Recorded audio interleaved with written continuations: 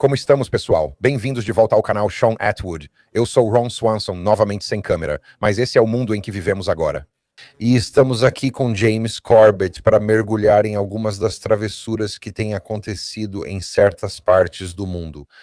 Infelizmente, algumas palavras podem não ser ouvidas porque estamos no YouTube. É assim mesmo. James, obrigado pelo seu tempo. Eu sei que você está em uma parte diferente do mundo. Os fusos horários são malucos e você está no final do seu dia. Eu estou no começo do meu. São 2 níveis de estresse diferentes. Então, muito obrigado por estar aqui e, por favor, se apresente.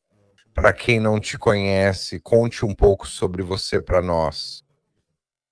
Meu nome é James Corbett, nasci no Canadá e moro no Japão há décadas. Foi ali que mergulhei na internet e criei o podcast, site e canal no YouTube, o Relatório Corbett. E tenho feito isso há quase 20 anos. Nesse tempo, acumulei milhares e milhares de podcasts, entrevistas, vídeos e artigos sobre uma ampla variedade de assuntos.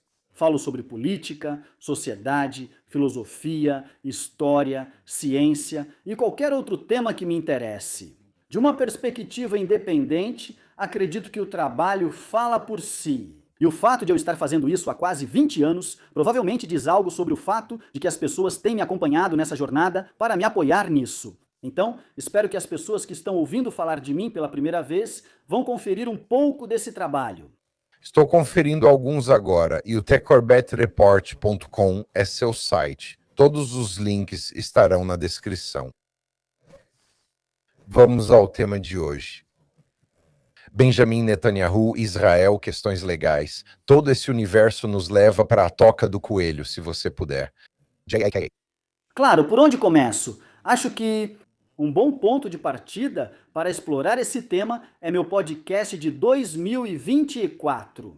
Conheça Benjamin Netanyahu, criminoso de guerra não condenado.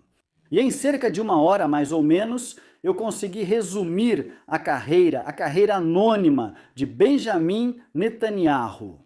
E por quê? Ele merece ser chamado de criminoso de guerra não condenado, pois ainda não foi julgado por seus crimes. Mas para as pessoas que ficam incrédulas com a ideia de que o atual e mais longevo primeiro-ministro de Israel, em toda a sua história, seria alguém que deveria estar no banco dos réus e sendo julgado por tais crimes de guerra. Analiso a história dessa pessoa, seu verdadeiro caráter, o que defendeu na vida e carreira e os crimes de guerra em que esteve envolvido.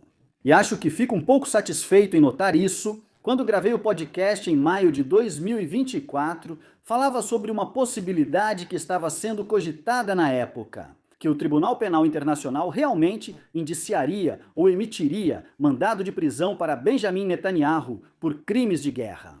Bem, isso de fato acabou realmente acontecendo, se concretizando em novembro de 2024.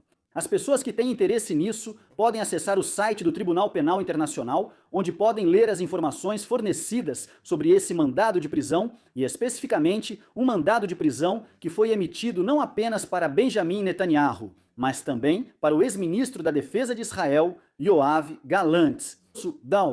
E esses dois, juntos, foram indiciados por responsabilidade criminal como superiores civis pelo crime de guerra de direcionar intencionalmente um ataque contra a população civil e por privar deliberadamente civis em Gaza de itens essenciais como comida, água, remédios, suprimentos médicos, combustível e eletricidade.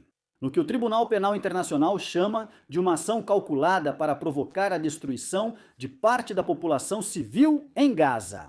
Isso levou à morte de civis, inclusive crianças, por desnutrição e desidratação. Todos esses fatos podem ser comprovados por várias fontes. Mas, no mundo em que vivemos, esses fatos são não só contestados, mas também muito carregados de emoção. Para muitos, isso sempre foi basicamente proibido durante toda a minha vida. Questionar se Israel exagera no tratamento ao povo palestino e mencionar crimes de guerra contra palestinos foi praticamente impensável durante quase toda a minha vida. Estamos atingindo um novo nível de compreensão, onde acredito que as pessoas estão prontas para ouvir sobre crimes de guerra e atrocidades cometidos pelo Estado de Israel. Netanyahu, por exemplo, pessoalmente comandou alguns desses crimes de guerra. E acho que há vários motivos pelos quais estamos entrando nesse novo estágio, mas acredito que finalmente chegamos lá. Sim, quero dizer, o mundo meio que prendeu a respiração quando tudo estava acontecendo, quando os ataques aconteceram, a resposta e tudo isso. E eu sempre dizia para as pessoas: sabe, se um grupo terrorista inglês atacasse a Escócia, eu esperaria que a Escócia respondesse da mesma forma? Você entende o que eu quero dizer? Foi bastante cruel. E quero dizer, toda a situação é cruel. Não há vencedores aqui, absolutamente nenhum. O que foi apresentado contra eles, você disse que houve acusações, mas eles não foram ao tribunal, certo? Isso mesmo, sim. Isso mesmo. O mandado de prisão foi emitido, mas a questão agora é quem realmente vai cumprir essa prisão. Claro, o Tribunal Penal Internacional não tem capacidade por si só de realmente cumprir qualquer um desses mandados de prisão que emite. Ela depende dos Estados-membros e alguns prometeram agir. Se Benjamin Netanyahu entrasse em seu território, seria preso. Mas há estados que não fariam e ainda não fizeram isso. Então, até mesmo o fato de haver mandados de prisão emitidos já é uma confusão política, sabe? Ninguém vai entrar em Israel, bater na porta dele e dizer: certo, está na hora de descer, venha para a delegacia. Então, quero dizer, na sua opinião, qual é a probabilidade de que algum dia alguém veja justiça em uma situação como essa? Diante das atuais relações internacionais e do cenário global, parece muito improvável que Netanyahu seja julgado por seus crimes e use um macacão laranja. Apenas porque, novamente, durante toda a minha vida, nunca vimos algo assim acontecer de verdade. No entanto, dito isso, como as pessoas podem ter notado, até mesmo pelos acontecimentos das últimas 1 ou 2 semanas, acho que estamos vivendo em um mundo muito, extremamente, dramaticamente diferente neste momento. E eu suponho que há várias possibilidades que antes eram impensáveis e que agora estão surgindo. Então é possível? Bem, eu não estou contando com isso. É possível, mas improvável, como disse. A grande mudança recente foi a nova compreensão do público sobre essa questão. E mais pessoas se abrindo para ouvir sobre Israel e suas ações contra o povo palestino. Sua atuação internacional questiona a fundação de Israel, marcada por terror e sangue, entre outros aspectos. Eventos de terrorismo, de falsa bandeira observados e o esquema de contrabando nuclear envolvendo Benjamin Netanyahu. Isso fez de Israel a maior superpotência nuclear não declarada, com cerca de 100 a 200 armas nucleares. Mas nós não sabemos por que elas não existem oficialmente e não são reconhecidas oficialmente, etc, etc. Há muitas informações muito interessantes que foram encobertas por muito tempo. Talvez não vejamos justiça nos tribunais, mas podemos ver alguma no Tribunal da Opinião Pública, que agora está claramente contra Israel. Sim, foi um final meio louco para um ano insano no ano passado, e o começo deste ano não parece estar melhorando. Só para esclarecer, para todos que assistem em casa, estamos falando dos crimes contra civis, certo? Crianças civis, sabe? Adultos civis. E isso sabe, é um conjunto de crimes realmente horrível, horrível. E sabe, é uma coisa ver os Estados Unidos entrarem na Venezuela, libertarem a Venezuela e todo esse tipo de coisa. E isso realmente faz você se perguntar, quando temos documentos assinados para indivíduos que precisam enfrentar crimes de guerra, não parece haver a mesma urgência em buscar justiça. Me pergunto se este ano será diferente, já que muita coisa está acontecendo. Imagino que o Japão também esteja assim. Como podemos dizer isso? Turistas franceses, como costumo dizer, imagino que os seus não chegam em pequenos botes, mas é uma mudança interessante. O que você acha que vem a seguir? Você acha que algo disso vai abalar ou enfraquecer Netanyahu? Você acha que para ele isso é só mais um dia normal de trabalho? Com relação às acusações, a possibilidade de prisão, crimes de guerra, conseguir dormir à noite, você acha que alguma coisa vai mudar de novo? Não acho provável que ele enfrente responsabilidade legal por isso em breve. Pelo menos, a menos, e até que as coisas mudem de forma muito dramática no cenário mundial. Mas, novamente, dito isso, eu acho que o futuro político de Netanyahu certamente há uma grande interrogação sobre isso, mesmo que, e isso provavelmente seja insignificante demais para gastar muito tempo. Mas houve muitos problemas internos com o Netanyahu no cargo de primeiro-ministro. Ele enfrenta acusações de corrupção e investigações há anos, atualmente julgadas pelo sistema judicial israelense. Há dúvidas sérias sobre sua carreira política e futuro. Mas acho que colocar toda a culpa pelo ocorrido, inclusive nos últimos anos em Gaza, só em Netanyahu, bem, certamente há algo nisso. Mas colocar toda essa culpa nele, eu acho que provavelmente alivia muitos dos problemas estruturais profundos que estamos analisando. Coisas que já foram mencionadas, claro, muitas vezes é chamado de antissemitismo, até mesmo questionar a invasão e ocupação ilegal do que acabou de acontecer em Gaza e do que vem acontecendo na Cisjordânia. Até alguns anos atrás, antes de 7 de outubro, o ex-general das Forças de Defesa de Israel, Amrin Levin, já dizia isso publicamente. Ele comparou a situação na Cisjordânia à Alemanha nazista e à ocupação ocorrida lá. Isso não é algo marginal ou proibido. Até ex-generais das Forças de Defesa de Israel e outros discutem isso. Infelizmente, esse tipo de declaração não recebe tanta atenção da mídia quanto outros políticos. Muito interessante, porque é a primeira vez que ouço qualquer coisa sobre isso, sabe? E você sente que a narrativa do antissemitismo é usada como arma a ponto das pessoas ficarem com medo, simplesmente com medo de falar sobre certas coisas? Temos muita coisa acontecendo no Reino Unido agora. Pessoas sendo chamadas de direitistas ou fascistas, mas são apenas civis assustados se manifestando. Você acha que isso foi feito de propósito por Israel? É mais fácil manter o mundo com medo de questioná-los do que enfrentar a realidade? Acho que podemos responder essa pergunta a priori. Se você rotula qualquer crítico das suas políticas, ideias ou objetivos como racista, ou qualquer coisa que os faça parecer fora dos limites aceitos, quem não usaria esse poder, exceto quem age eticamente? Mas, se são éticos, provavelmente nem participam do jogo político. Então, mais para políticos, para grupos políticos, para sionistas, é claro. Se eles podem pintar toda e qualquer oposição como maníacos, espumando e racistas, e pessoas que não deveriam ser permitidas no discurso público ou na vida civil de qualquer tipo, é claro que eles vão usar esse poder. E claro, é exatamente isso que vem acontecendo há décadas. Como eu disse, em toda a minha vida, acho que nunca vi muitas críticas a Israel sendo permitidas na grande mídia. Não, absolutamente não.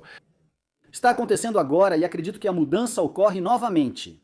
Mas a questão é, será que isso é suficiente para resultar em procedimentos realmente drasticamente diferentes na prática?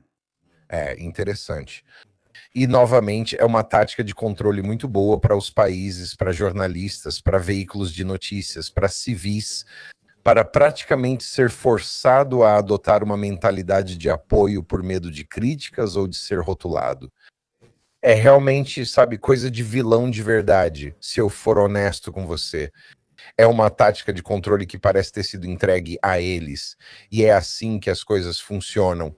Como você disse, ética geralmente não anda de mãos dadas com política, certo? Então, o que vem a seguir? James, o que você acha?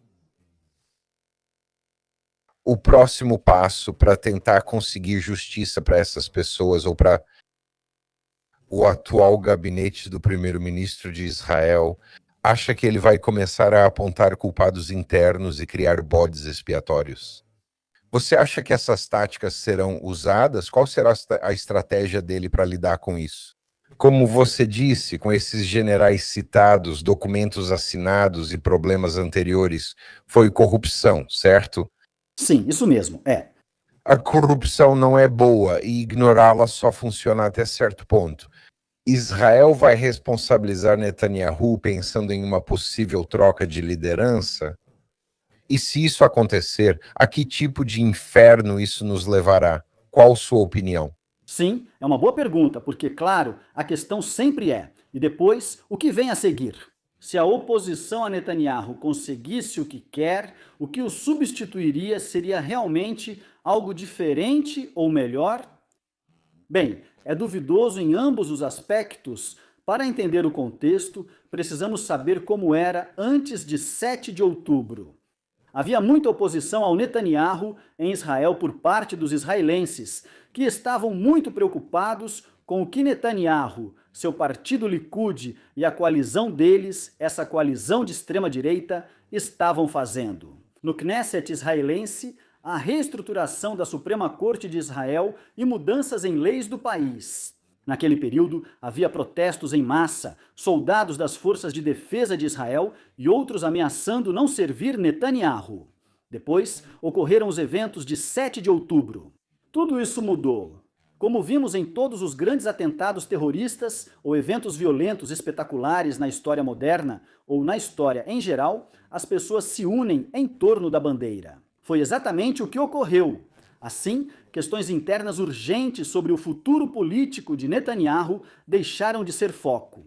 Mas eu acho que essas questões vão voltar à tona, e eu acho que há muitas pessoas em Israel que, neste momento, pelo menos, estão insatisfeitas com a forma como Netanyahu Interessante. e seu governo lidaram com os anos recentes. Então, eu realmente acho que existe uma chance genuína de que ele possa ser afastado, colocado de lado, por assim dizer, politicamente falando. Mas mesmo que isso aconteça, será que realmente acreditamos nisso? Isso significa que algum tipo de verdadeiro candidato da paz vai assumir e realmente começar a estender o ramo de oliveira aos palestinos, etc. Eu não conto com isso.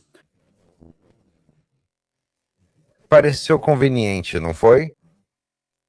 Muitos o questionavam. As pessoas estão insatisfeitas e de repente ocorre uma grande descoberta seguida do evento de terror.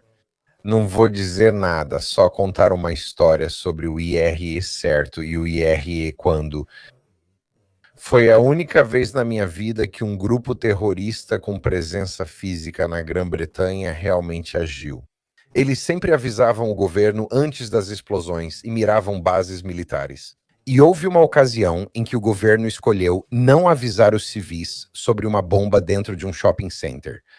Isso funcionou muito bem para o governo, a favor deles. E sabe, eu tenho que me perguntar, com a quantidade de segurança que Israel tem, quero dizer, só tem uma entrada, certo? Quero dizer, é bem fechado. Você acha que é possível que Netanyahu tenha visto isso? Hesitante e essa negatividade em torno dele e do seu povo? É possível que ele soubesse que as pessoas se uniriam em torno da bandeira se acontecesse algum evento? Permitir um evento assim, na visão dele, justificaria o ocorrido em Gaza. Podemos discutir isso? O que acha?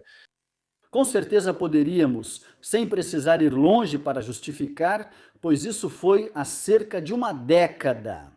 Eu tenho a citação exata no meu já mencionado podcast Conheça Benjamin Netanyahu, onde foi relatado que Netanyahu disse oficialmente que os ataques terroristas de 11 de setembro de 2001 em Nova York e Washington foram muito bons para Israel e que eles mobilizaram o apoio do público americano para Israel.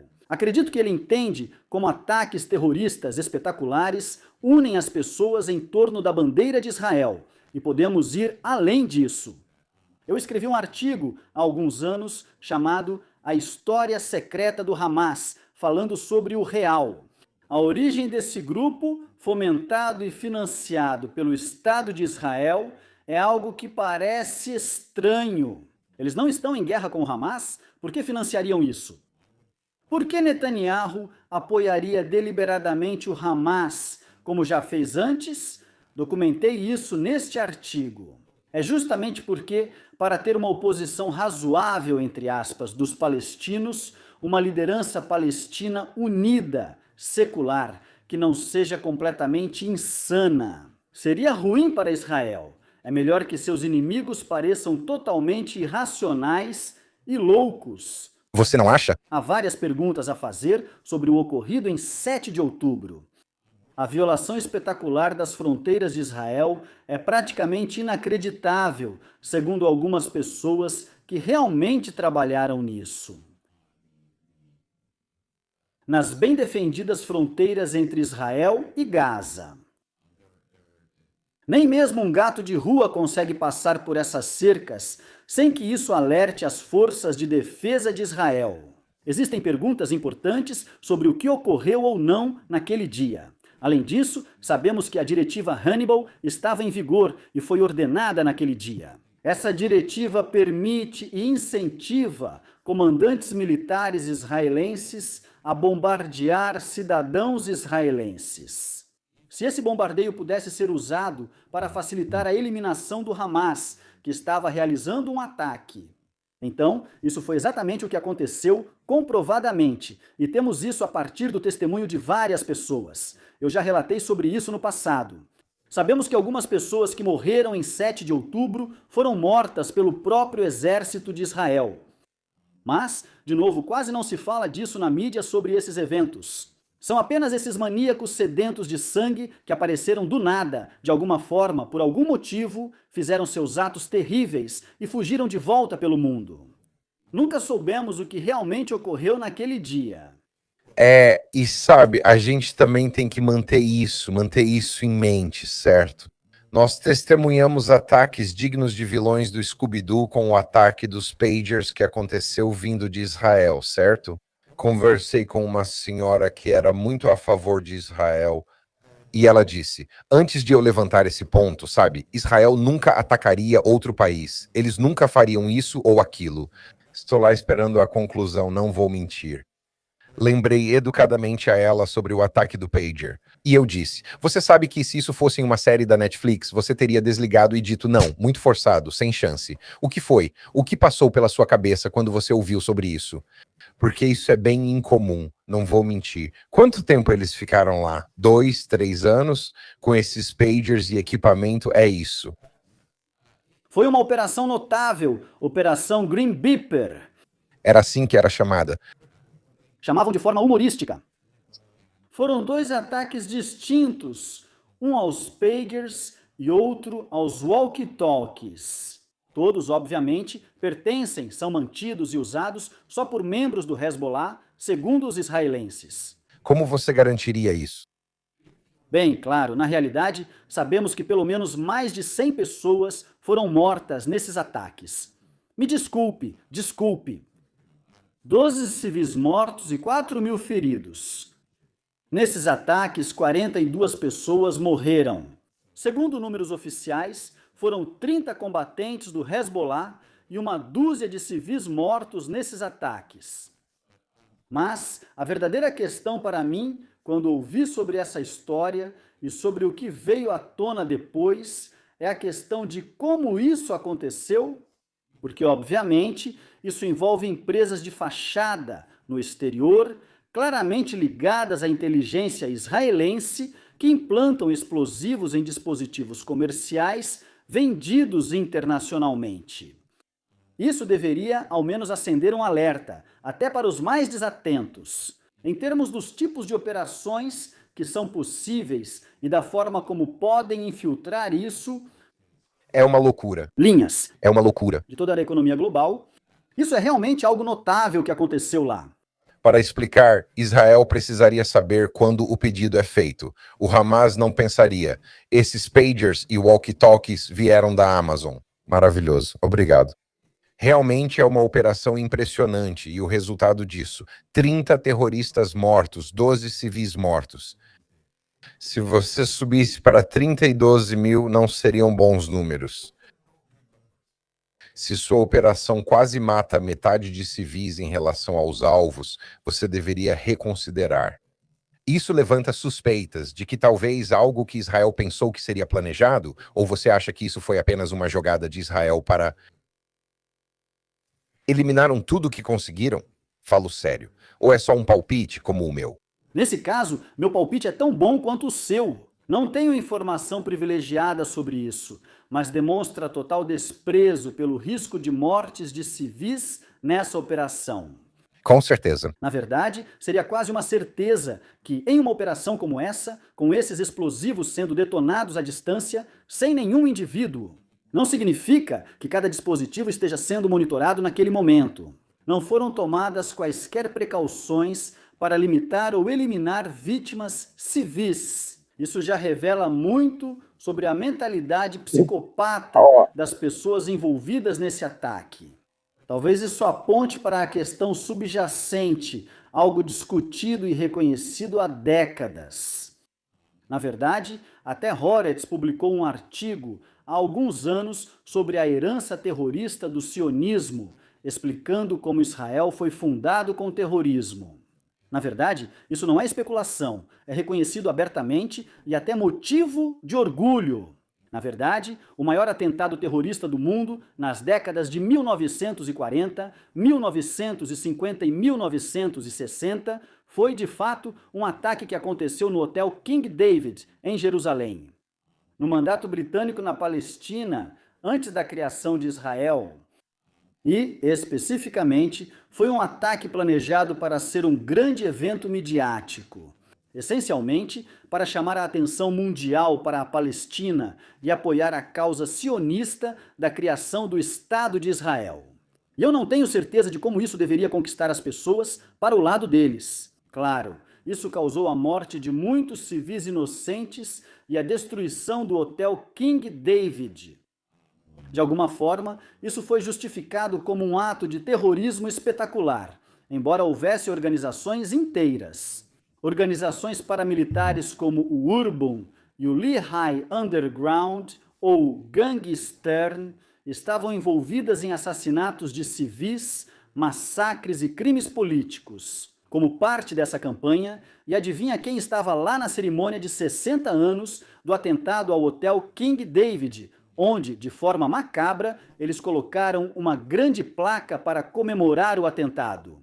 Netanyahu, como era de se esperar, elogiou os terroristas envolvidos nas ações que ajudaram a fundar Israel. Então essa é sempre a questão quando nos pedem para contemplar os horríveis ataques terroristas do Hezbollah, do Hamas e dos outros inimigos de Israel. Nunca pensamos que Israel foi reconhecido como fundado sobre o sangue de civis inocentes. É uma pergunta estranha para você. Você acha que o mundo ocidental foi pré-programado para assumir que os caras brancos não são os terroristas? Porque Sim, claro, isso vem de Hollywood, um condicionamento que vimos a vida toda. falei recentemente com alguém sobre os Estados Unidos da América invadirem a Groenlândia e disse: seria uma guerra de brancos contra brancos. Quando foi a última vez que isso aconteceu? Isso é tipo uma guerra edição limitada, né? Você nunca vê isso, nunca vê, e é isso. É um ponto discutível, mas é um condicionamento mental interessante. Porque assim que alguém mencionou a Groenlândia, eu fiquei tipo, peraí, opa, calma aí, né? Então você mencionou a Venezuela e ficou tipo, ah, bem, provavelmente tem alguma coisa, provavelmente alguns motivos ali. Você pesquisa a Groenlândia no Google, vê casinhas rosas na costa e isso foi revelador. Quais são as leis internacionais e quais são as opiniões sobre o ataque do Pager? Porque eu fico pensando comigo mesmo, tipo, como você classifica isso? É uma operação do governo contra um grupo terrorista?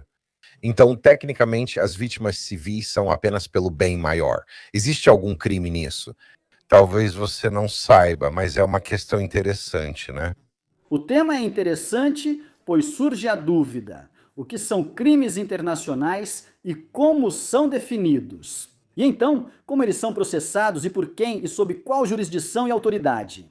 Isso vira uma grande confusão jurídica, como o Tribunal Penal Internacional emitindo mandados de prisão que não consegue executar.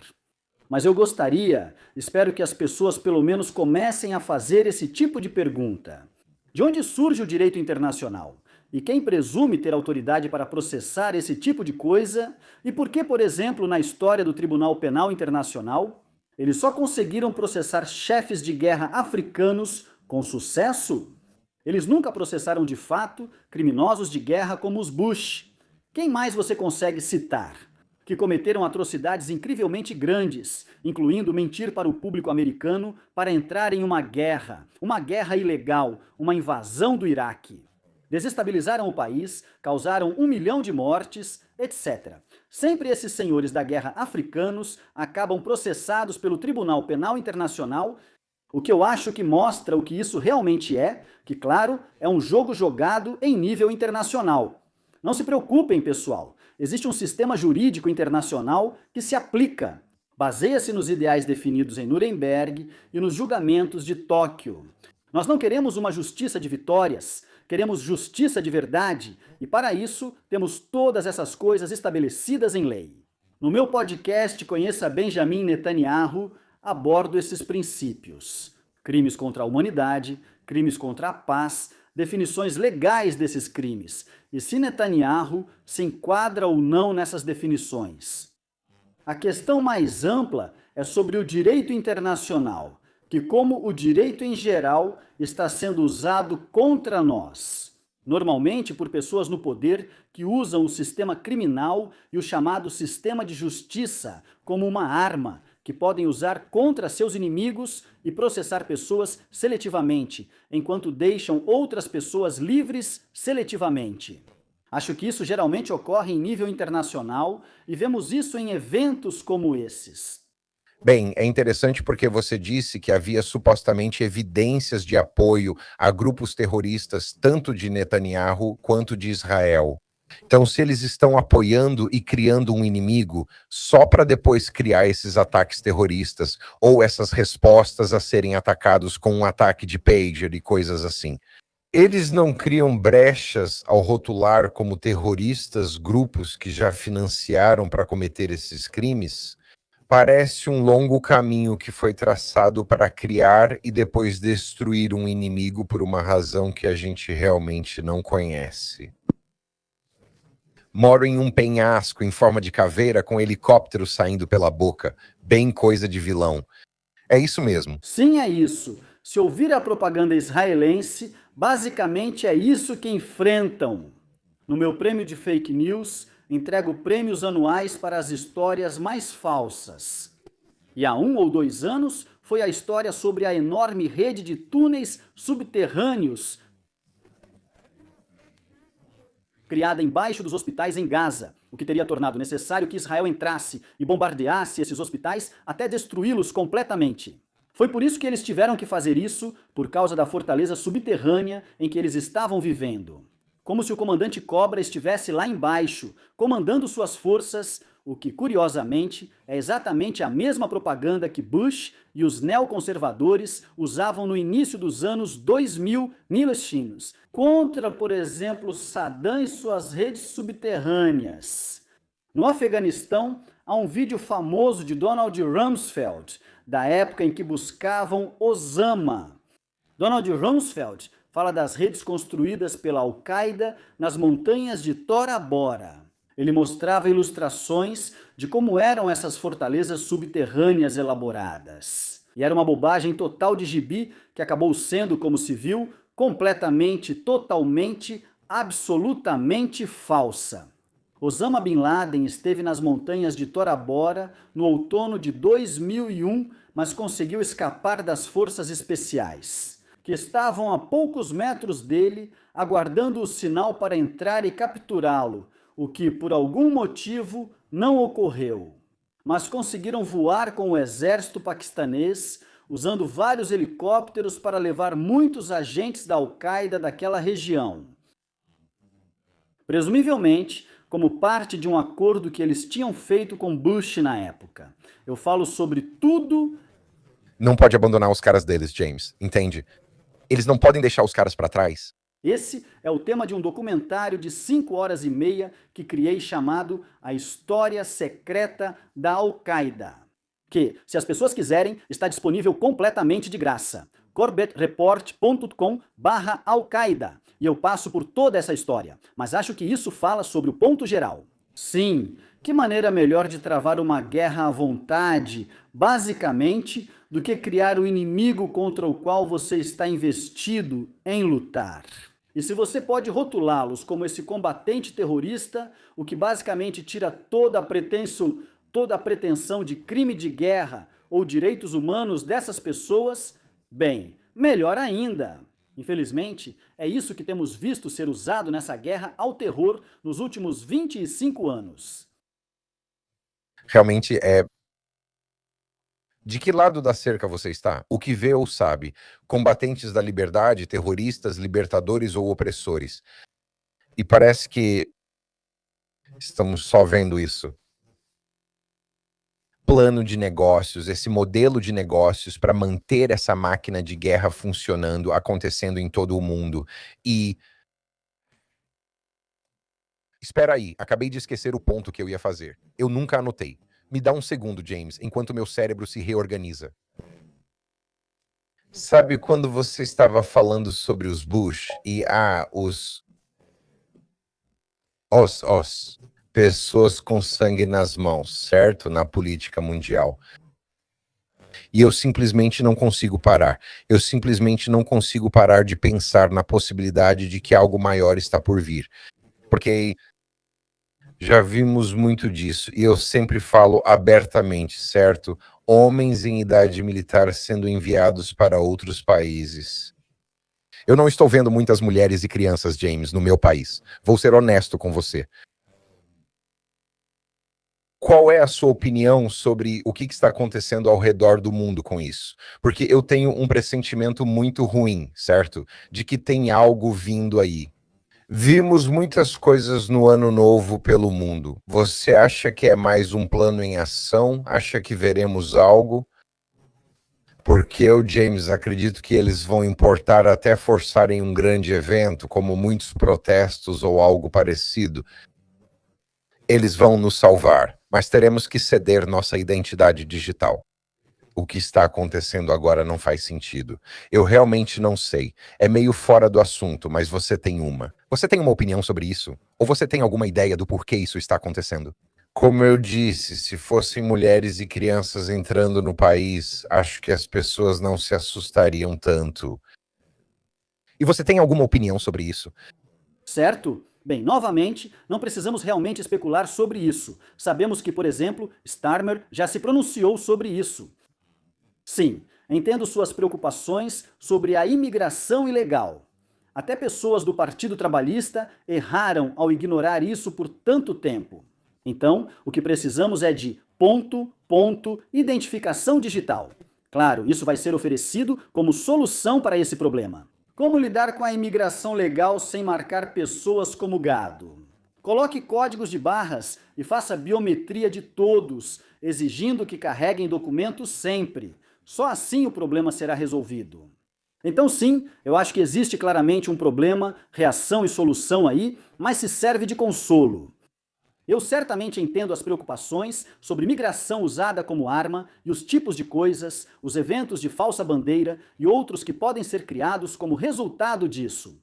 Mas eu acho que o que está acontecendo no palco geopolítico agora realmente prenuncia alguns eventos incrivelmente dramáticos, incluindo até mesmo a possibilidade de uma terceira guerra mundial acontecendo.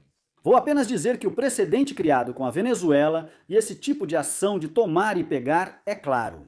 Se você não gosta de alguém em outro país, você simplesmente entra e pega essa pessoa porque você é a superpotência da região e pode fazer isso. Certamente estabelece alguns precedentes interessantes.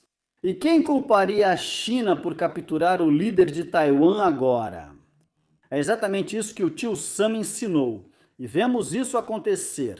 Curiosamente, quem será o próximo dominó a cair? Bem, parece que o Irã e o Ayatollah não estão tão confortáveis em seu poleiro persa agora. Não é interessante?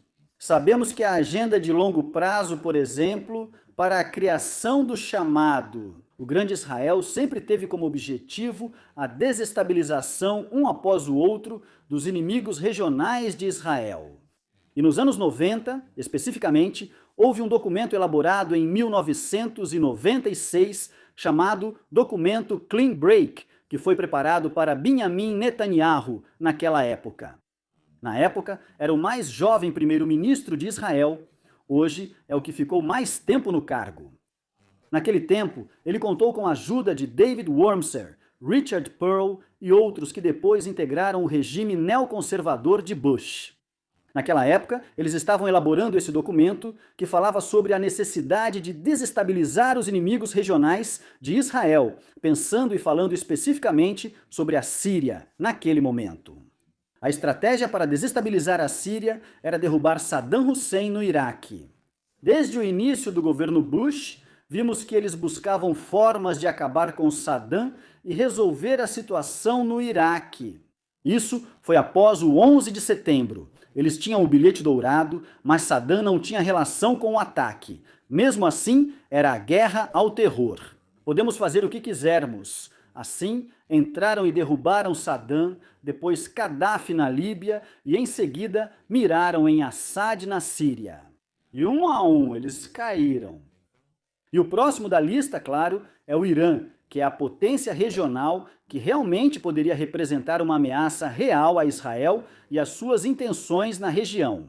Acho muito provável que isso ocorra no Ano Novo, com algo chegando ao auge em relação ao Irã. Lembrei dos 2 pontos que ia fazer. Os espectadores já conhecem meu transtorno de déficit de atenção e hiperatividade, James. Desculpe por isso. Vamos falar sobre a mentalidade de olho por olho que você citou. Prédios caem por causa do terror, as torres caem, então invadimos o Iraque. Acho que estamos deixando a ideia de olho por olho. Depois do 11 de setembro, as pessoas passaram a questionar: onde estão as armas de destruição em massa? Por que estamos no Afeganistão? Acho que as pessoas já pensam 2 vezes antes de reagir, pois estão questionando tudo isso. E você acha que essa mentalidade de olho por olho é algo que estamos vendo? Isso é um pouco diferente na Venezuela, porque foi uma guerra de 2 dias. O quê? Os Estados Unidos entram, conseguem não explodir nenhuma escola por acidente, entram, pegam o alvo e tiram o alvo de lá com vida. Na minha opinião, esta é uma América totalmente nova. 10 anos atrás seria diferente. Precisamos entrar, pegar os tanques e agir. Foi apertado. A resposta do povo venezuelano parece ser: vocês se livraram desse ditador maligno. Mas tem muito petróleo lá, James, e muito dinheiro para quem libertar o povo, certo? Você acha que a Islândia, Groenlândia, desculpa, e outros países assim podem ser os próximos? A gente falou um pouco sobre isso, né? Mas essa mentalidade de querer tirar vantagem. Primeiro, quero ouvir sua opinião. O que acha? Sim, há muito a dizer sobre a operação na Venezuela, que durou apenas 2 horas, não 2 dias. Basicamente uma loucura. Basicamente não, nenhum americano morreu. Absolutamente nenhum. Do ponto de vista orçamentário apenas, foi uma operação incrível. Sabe do que estou falando? Acho que foi a operação mais econômica que os Estados Unidos já fizeram, sendo bem honesto com você. Bem, e justificada. A questão é por quê, e há algumas respostas para isso. Por exemplo, já vi isso sendo sugerido e amplificado pela Casa Branca de Trump. Esse relato de um dos guardas de Maduro, que supostamente está dando essa entrevista, comentando sobre os super soldados que atacaram e mataram centenas de venezuelanos. Para poucos desses grupos Delta, isso me parece pura propaganda de guerra. Mas de qualquer forma, talvez seja esse o caso, ou talvez tenha havido um acordo em algum nível. E certamente eu tenho minhas suspeitas de que até mesmo Maduro pode ter feito parte desse acordo. E não se preocupe. Ah, com certeza. Vamos te levar, fazer um julgamento de fachada e te colocar em algum lugar. James, se eu sou o Trump e te mando um e-mail. Certo, James, há 2 opções. Você se entrega, talvez use uma tornozeleira e fique em um lugar confortável, vivendo nos Estados Unidos da América. Ou sabe qual é o plano B? Acho bem provável. E eu acabei de ouvir você dizer que as pessoas estavam relatando a possibilidade de, tipo, super soldados simplesmente invadirem esse lugar. Interessante, interessante. Parece que Caroline Leavitt ou alguém da administração acabou de retweetar isso. Resumindo, esses super soldados americanos eram completamente intocáveis. Eles usavam armas supersônicas que faziam as cabeças explodirem por dentro, e você não quer agir. Uma das perguntas foi se os mexicanos deveriam se preocupar. Respondi que sim, pois ninguém deveria se opor aos Estados Unidos da América, já que eles podem fazer qualquer coisa. É simplesmente o mais descarado. É ótimo, é insano. E quero dizer, vamos só por um segundo considerar a possibilidade de super soldados que disparam raios laser. Certo? Esse é o tipo de operação em que você testaria isso. Certo? Você entra, você sai. As lendas e mitos crescem. Isso já não é uma ferramenta poderosa, como você disse.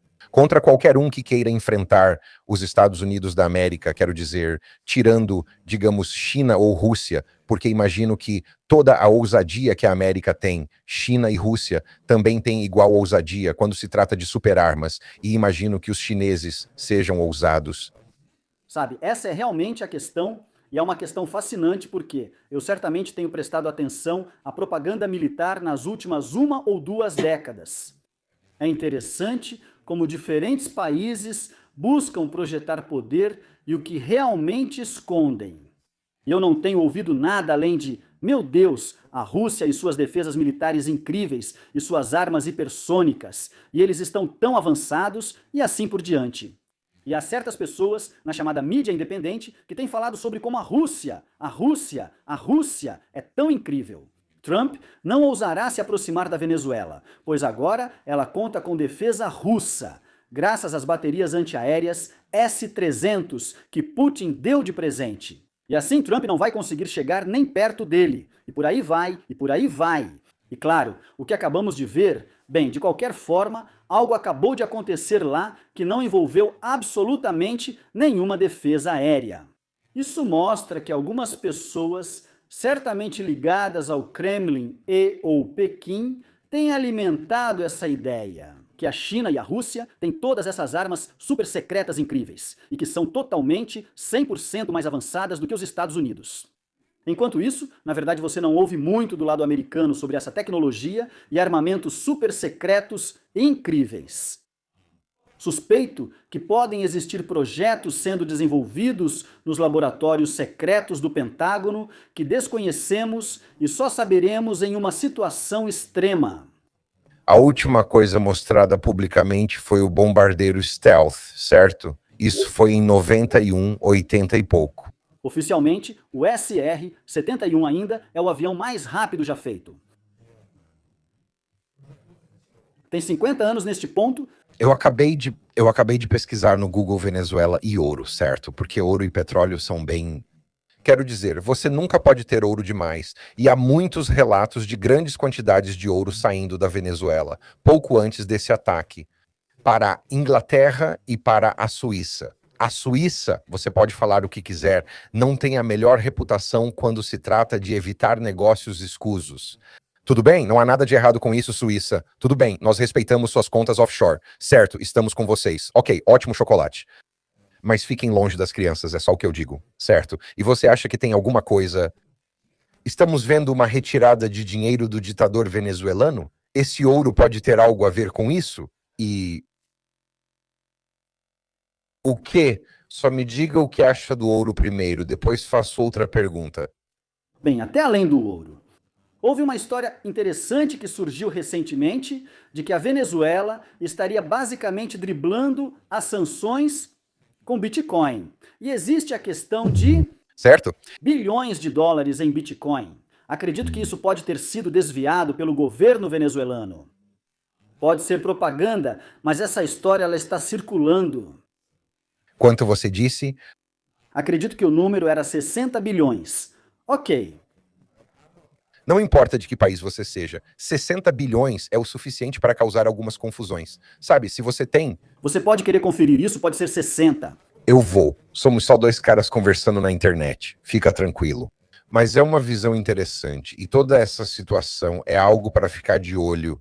Como disse, essa é uma guerra totalmente nova, de entrar e sair rápido. Só queria comentar isso agora. O que as pessoas devem saber? Estamos quase no fim. Quais pontos principais você quer que fiquem na mente das pessoas?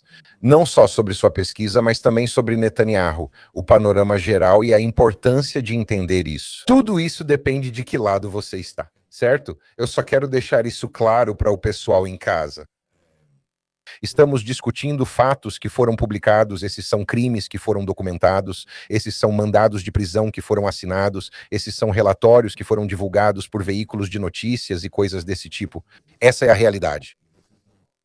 Não são só dois caras falando besteira. Você acha que muitos acham difícil acreditar ou têm sentimentos mistos?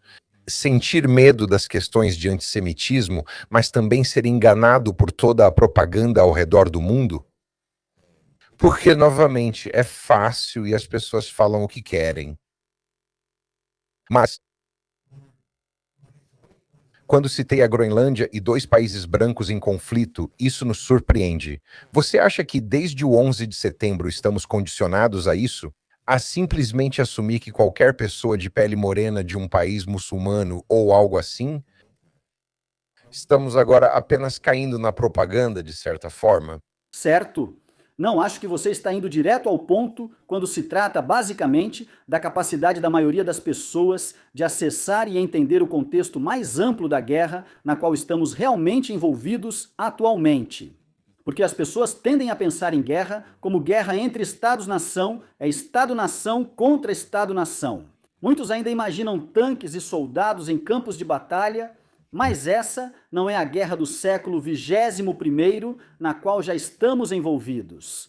Não, existe uma guerra. É uma guerra de quinta geração de Estados-nação contra seus próprios cidadãos e contra outros cidadãos e assim por diante. Na verdade, não tem a ver com Estados-nação ou com os tipos de divisões que nos foram ensinadas e para as quais fomos preparados durante toda a nossa vida. É sobre um pequeno grupo oligárquico, eu nem diria elite, porque não acho que essa palavra realmente se aplique, mas um pequeno grupo oligárquico que presume ter a autoridade para governar a humanidade. E, infelizmente, no que diz respeito aos avanços tecnológicos, ou pelo menos aos avanços que foram feitos em termos de tecnologia para viabilizar esse tipo de tirania global mundial. Estamos chegando cada vez mais perto do ponto em que pode haver uma camarilha, um grupo que será capaz de consolidar o controle sobre, se não todo o globo, pelo menos partes grandes o suficiente do mundo para que isso, essencialmente, se transforme em uma daquelas situações tipo leste asiático, Eurásia, Oceania, como em 1984, onde basicamente é uma oligarquia mundial. Acredito que é justamente sobre isso. Precisamos compreender, ao menos no nosso nível. Eu e quem convivo, mesmo discordando politicamente, não somos inimigos. Meus inimigos são quem está no topo desse sistema, nos levando para a tecnocracia global onde já estamos. Vocês ouviram isso, pessoal? Vocês ouviram isso? Direcione sua animosidade aos líderes e fundadores não só de países, mas de movimentos e foque sua atenção nisso. É interessante, pois parece que você fala sobre linhagens secretamente controlando o mundo, ou uma cabala fechada de indivíduos que parecem há séculos ter não só 99% da riqueza, mas também parece que 99% do controle, certo? Não citamos certos nomes para evitar desmonetização, mas alguns rimam com Schmoss, Schmild, certo? Esses indivíduos, você acha que há mais por trás das famílias tradicionais? O banqueiro pioneiro fundador, não direi elites, mas indivíduos. Você acha que as pessoas deveriam olhar além dos eleitos e buscar os verdadeiros manipuladores? Acho isso, principalmente se houver interesse das pessoas. Lancei meu primeiro livro, Reportagem, Ensaios sobre a Nova Ordem Mundial, que inclui um ensaio sobre o tema. Eles não querem os seus genes na mistura. Genes, G-E-N-E-S, certo? Sobre essa mentalidade, pessoalmente não acredito, mas reconheço que há pessoas muito poderosas em posições importantes, seja econômica, financeira ou politicamente, que realmente acreditam ser de uma linhagem genética superior. E são muito obcecados por endogamia e linhagens familiares e esse tipo de coisa. E, essencialmente, vem promovendo e incentivando essa ideologia em várias versões há pelo menos um século e meio, mas, na verdade, há milênios. Ao refletir sobre como essa ideia se espalhou, percebo que há quem realmente acredite pertencer a linhagens superiores, de não ocupar posições de poder nessa hierarquia global. Por acaso eu concordo com você, James, eu concordo com você, e esse é o seu livro na tela, certo? Reportagem? E vou ser honesto, acho que se as pessoas realmente soubessem o que está acontecendo no mundo e tivessem uma visão mais ampla, acho que a maioria das pessoas não conseguiria lidar com isso. Acho que a beleza de não seja bobo é a reação mental de quando você coloca a mão sobre a chama de uma vela e, em algum momento, seu cérebro puxa sua mão para longe. Acho que existem certos tópicos e certos níveis de informação que nem mesmo o público em geral é capaz de interpretar ou lidar completamente. Não estou menosprezando o público. Cara, você tem hipoteca e imposto municipal para pagar. A sociedade é estruturada para o mal prosperar, pois incentiva a mentalidade de não tenho tempo, não é problema meu.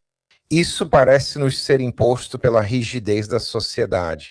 E que plano incrível, James, que plano incrível desses supostos malfeitores.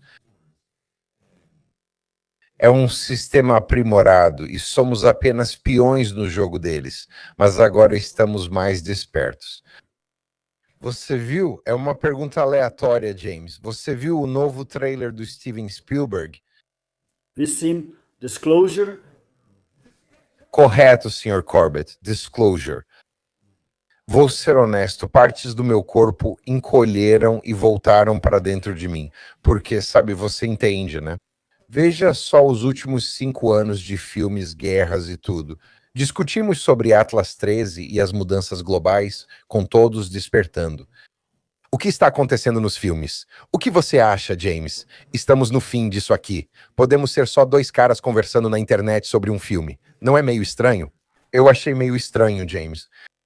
Parece estranho e interessante, mas não surpreende. Há cerca de 10 anos, tive um podcast chamado Como Falsificar uma Invasão Alienígena. Com certeza. Mas a verdadeira pergunta é, por quê? Por que diabos alguém iria querer falsificar uma invasão alienígena? E na verdade, essa resposta foi dada por Ronald Reagan e Bill Clinton. E outros nomes conhecidos já falaram disso. Em caso de invasão alienígena, o mundo poderia se unir e destruir. Sim. Precisamos de governo global. Sim, se uma invasão alienígena ocorresse, todos nos uniríamos e diríamos: incrível, acabou o câncer e os idiotas no poder. Deixemos aqueles caras azuis de 8 braços controlarem algumas coisas, mas não os levaremos ao líder. Nós não vamos levá-los até o líder. Aquele cara não é o líder, aquele cara bem ali, aquele cara bem ali. Ok, que tal isso? Que tal isso, certo? Última pergunta.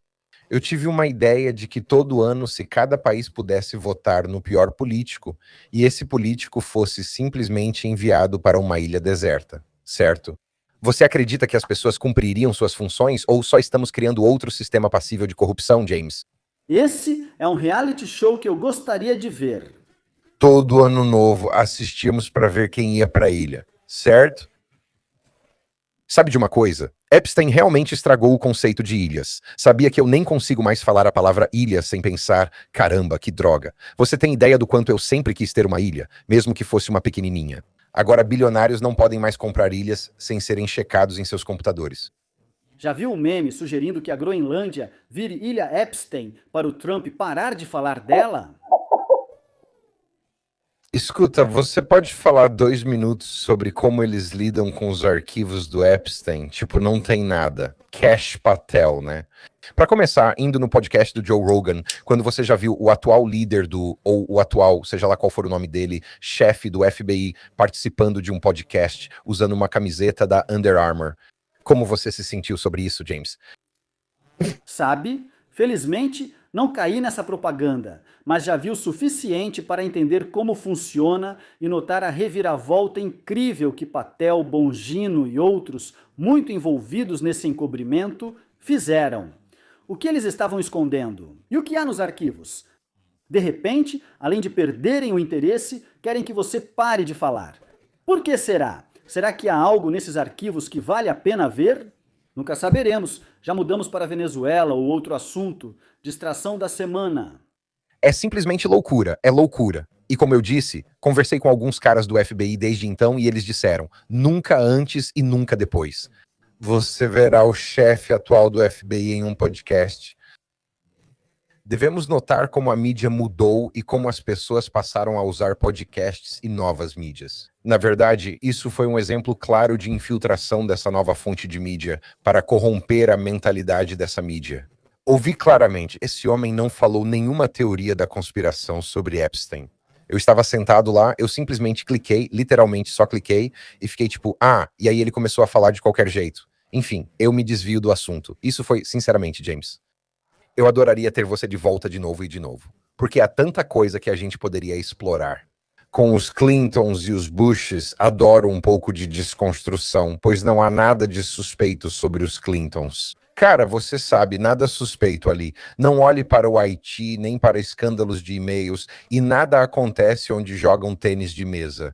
Ok, nada disso é verdade, certo? Não seguimos o canon e o fuso horário atrapalha um pouco, mas adoraria ter você de volta, James. Foi uma conversa absolutamente incrível e um mergulho no que você faz. E claro, nas realidades que algumas pessoas tendem a ignorar. As realidades que mencionamos são documentos assinados de crimes e reportagens. Só estou me adiantando a você. Para quem comenta achando que isso é opinião, são documentos e fatos relatados, certo? Sempre tento fazer o melhor. O slogan do corporatereport.com é notícias de inteligência de código aberto, pois meus podcasts sempre seguem esse formato. Eu coloco todas as minhas fontes e cada documento sobre o qual eu falo, tudo o que estou falando, eu coloco os links nas notas do podcast para que as pessoas possam ir lá e conferir por si mesmas. Eu sempre digo para as pessoas, não acreditem em mim, não aceitem só a minha palavra, não, vão lá e confiram por vocês mesmos. E isso, senhoras e senhores, é algo que vocês devem procurar nos novos meios de comunicação aos quais vocês dedicam seu tempo. Porque ao consolidar os links e de onde a informação vem, isso, é claro, mantém o fluxo de informações em andamento. E isso garante que todos estejam alinhados, o que considero ótimo agora. No último minuto, faça uma divulgação, mencione seu livro novamente, fale sobre seus documentários e nos diga seu site, James. Claro, excelente sim. Meu livro se chama Reportagem, Ensaios sobre a Nova Ordem Mundial. O audiolivro já está disponível para quem tiver interesse. Está disponível em capa dura, brochura e no site reportagebook.com. Meu site é corbettreport.com e eu tenho, como disse, agora 20 anos de arquivos, áudio, vídeo, material textual. E está tudo lá de graça. Espero que as pessoas usem isso como um recurso. Você pode se tornar um membro do site se quiser apoiar, etc, etc. Mas, se for sua primeira vez acessando o site, apenas comece a explorar o material. E a melhor coisa que você pode fazer é simplesmente espalhar a informação que você acha que vale a pena compartilhar. Muita coisa não foi divulgada, então espero que as pessoas comecem a compartilhar essa informação. E eu diria isso. Uma das mensagens que vou levar desta entrevista é: vamos parar de nos dividir tanto e vamos começar a apontar menos o dedo. Não tanto pelo seu vizinho com opinião política diferente, mas sim pelos fatos e por quem está no poder.